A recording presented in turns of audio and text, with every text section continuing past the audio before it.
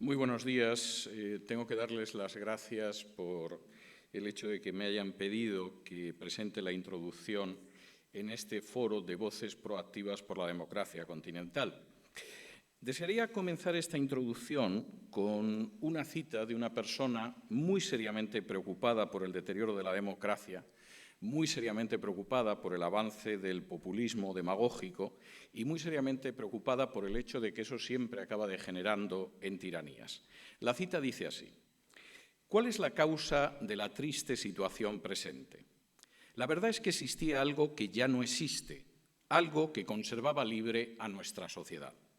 ¿Qué era este algo?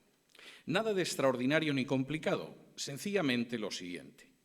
Quien aceptaba dinero de aquellos que pretendían dominar o arruinar a la nación era aborrecido por todos.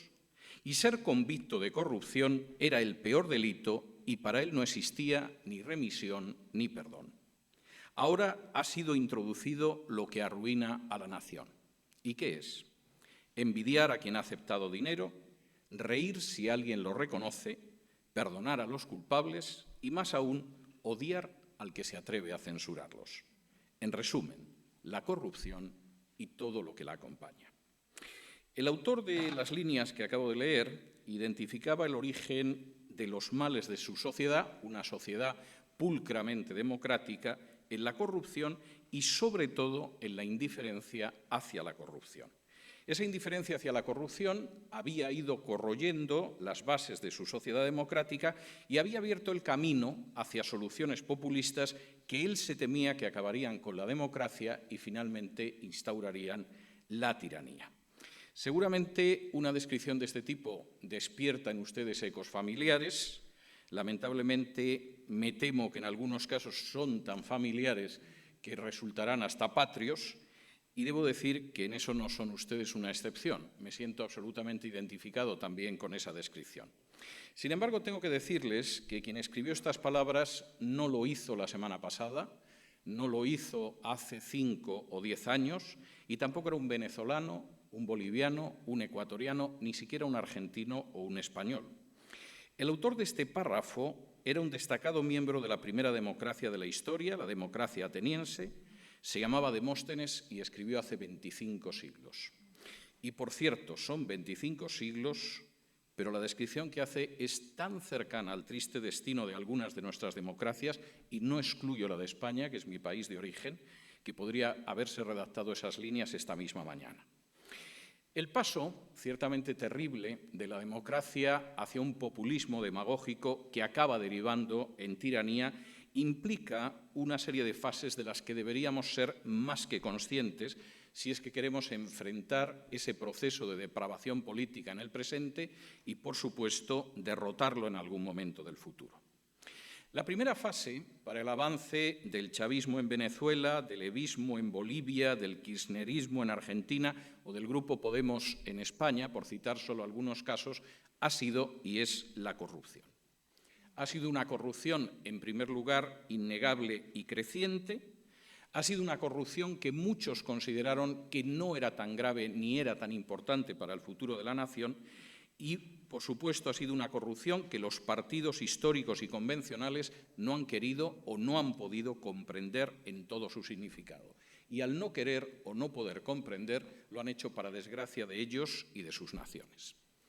Esa corrupción, que muchos consideraron natural, no solo debilitó los pilares de la democracia, sino que también causó el suficiente hartazgo, el suficiente cansancio y la suficiente cólera en millones de ciudadanos como para que en un acto que tengo que definir como de siniestra irresponsabilidad, pero innegable, decidieran votar a ciertos políticos tan solo porque prometían acabar con esa corrupción e instaurar la limpieza en la vida pública.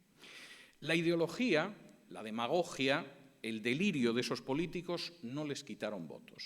Por el contrario, es muy posible que se los añadieran en todos y cada uno de los casos. Y tengo que decir que, lamentablemente, si bien algunos de los exiliados de esas naciones hispanoamericanas han aprendido la amarga lección, no creo que esa lección en estos momentos sea de alcance universal. Todo lo contrario. Siguen existiendo todavía gobiernos que creen que el aumento continuo y desenfrenado de la corrupción no va a tener consecuencia de gravedad alguna. La segunda fase transcurrió también según la experiencia de otras democracias que han sido desarboladas. Los dirigentes populistas y sus seguidores supieron señalar los males, a veces muy reales, a veces no tan reales, y, por supuesto, reunir adeptos. El uso de la demagogia y del enfrentamiento social, por supuesto, dio resultados. Varió, además, tácticamente según el país. En Venezuela, ayer se enfrentaba a los pobres y a los ricos. En Bolivia se enfrentaba a los blancos con los indígenas. En estos momentos en España se enfrenta a los viejos con los jóvenes. Pero fundamentalmente es una dialéctica de enfrentamiento demagógico.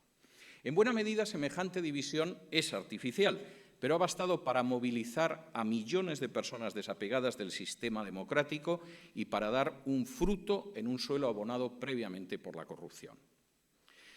Naturalmente, en la tercera fase, y una vez llegados al poder, los nuevos amos del sistema decidieron que no iban a perderlo bajo ningún concepto. Podían haber llegado al poder a través de las urnas, pero su decisión es que no estaban dispuestos a perderlo a través de las urnas. Y en ese sentido, si alguien los llevó hasta las altas magistraturas por mala cabeza, por ira o por resentimiento, desde luego no por mala cabeza, ira o resentimiento, en el sentido contrario lo iban a abandonar. Y así, proclamándose socialistas del siglo XXI, en realidad siguieron pulcramente las lecciones del fascismo original de Mussolini. Se llega al poder por las urnas y nunca dejaremos que las urnas nos desalojen del poder. Y, por supuesto, los nuevos amos de las distintas naciones emprendieron un camino de corrupción que, aunque pudiera parecer imposible para muchos, era todavía peor que el camino de corrupción que esas naciones habían surcado previamente, solo que ahora iba a beneficiar a distintos sectores de la población que, teóricamente, apuntalarían a las nuevas dictaduras. La cuarta fase, y esto es algo tremendo, Demóstenes, que era el autor de las líneas que yo mencionaba antes, seguramente lo hubiera reconocido porque lo sufrió, es el paso de los propósitos siniestros a las realidades más inicuas. Paso a paso, en todos estos países se ha ido produciendo el desventramiento, la desvirtuación, el vaciamiento del sistema democrático, y con él ha venido que los nuevos dictadores se hayan apoderado de la judicatura, del ejército, de la mayoría de los medios de comunicación, y no solo eso, sino que también hayan practicado de manera sistemática una persecución despiadada, brutal e implacable, aunque muchos no lo conozcan, de los disidentes. El populismo, que había acabado con la democracia solo porque ciudadanos que dejaban que sus sentimientos prevalecieran sobre la razón los votaron, se ha convertido ahora en la tiranía en la que el Estado pasa a ser repartido entre el tirano y sus seguidores. Y en esa situación de cierta inestabilidad, por supuesto, cualquier apoyo, cualquier guiño positivo en el plano internacional ha sido bienvenido, lo mismo si venía de La Habana que si venía de Teherán. Por último, en una quinta fase, a todo lo anterior se ha sumado la miseria. Mencionaba antes a Demóstenes.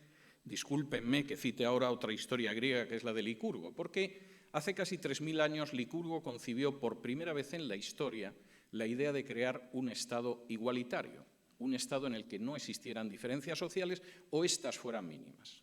Y desde entonces nadie lo ha hecho mejor.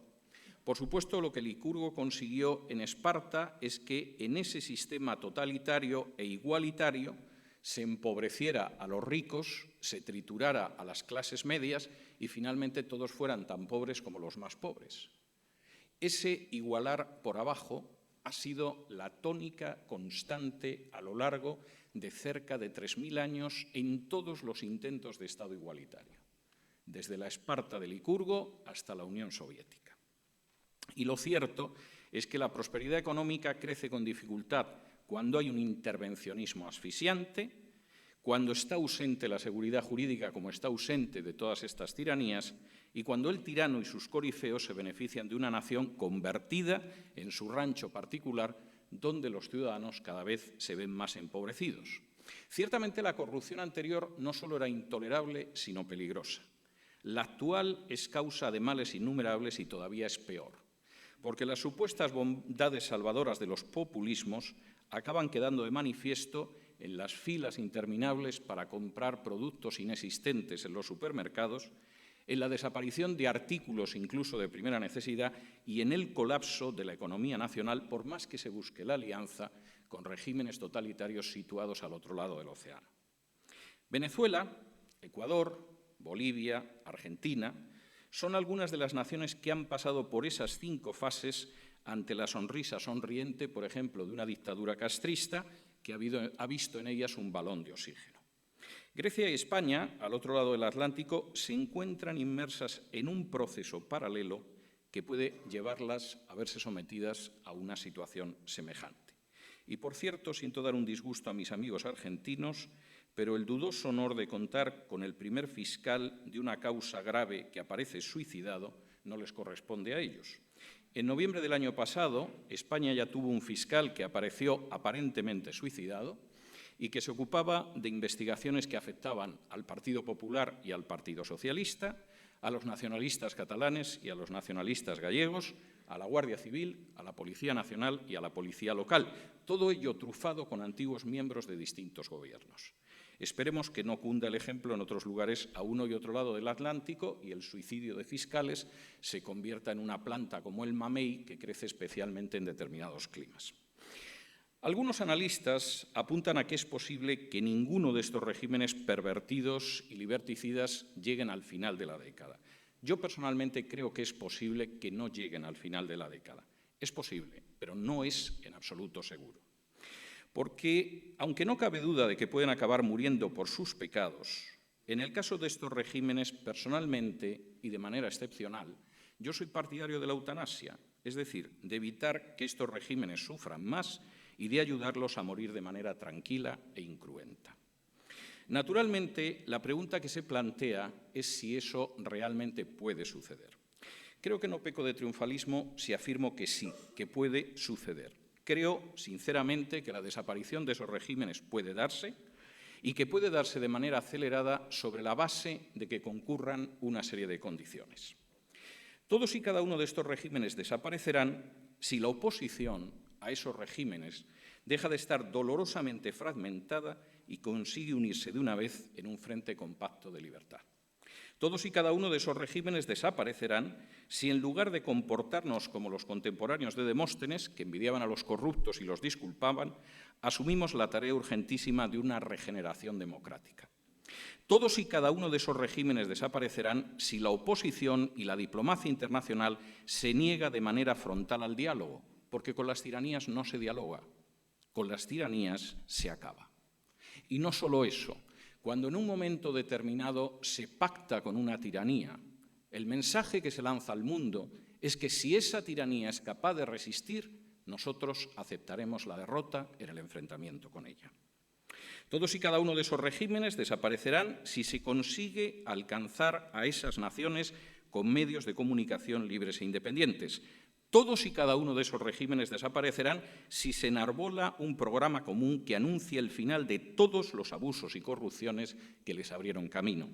Y todos y cada uno de esos regímenes desaparecerán si sobre los intereses particulares prevalece el amor a la libertad y el deseo de defenderla. El desafío está delante de nosotros y es un desafío que debe ser asumido no solo en favor de nuestra propia generación, sino de manera muy especial de las venideras. Asumámoslo en la convicción de que nada, absolutamente nada, está determinado y de que los próximos años deben ser no el porvenir de las tiranías, sino el futuro de la libertad. Muchas gracias.